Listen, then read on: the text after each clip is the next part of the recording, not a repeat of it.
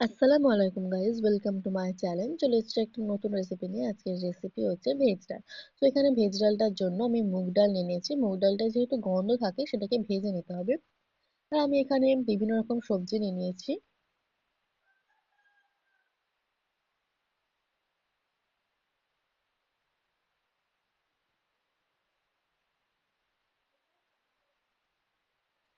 এখানে দেখো মুগ ডালটা কিন্তু ভাজা হয়ে গেছে।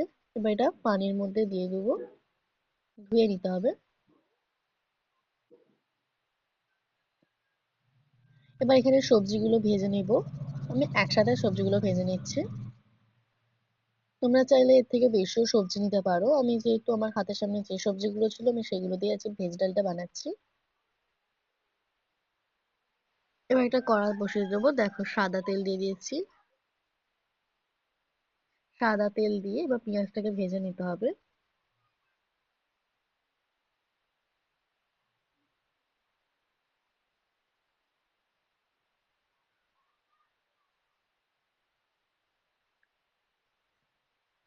ডালটা ধুয়ে নিয়েছি একটা কুকারে। এবার হলুদ, লঙ্কা দিয়ে ওটাকে সেদ্ধ করে নিতে হবে।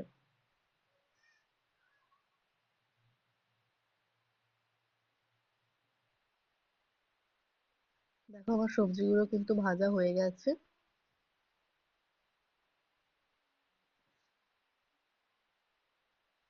দেখো যে ডালটা সেদ্ধ করেছিলাম সেই ডালটা এবার এই সবজিটার মধ্যে দিয়ে দেবো।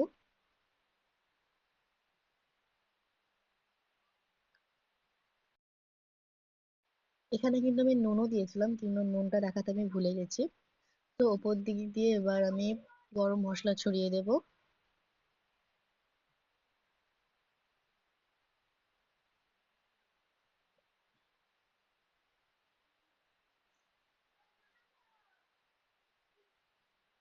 একটু ফুটছে, দেখো ওপর দিক দিয়ে এবার ধনেপাতা আর ঘি দিয়ে দিলে তৈরি আমাদের ভেজ ডাল।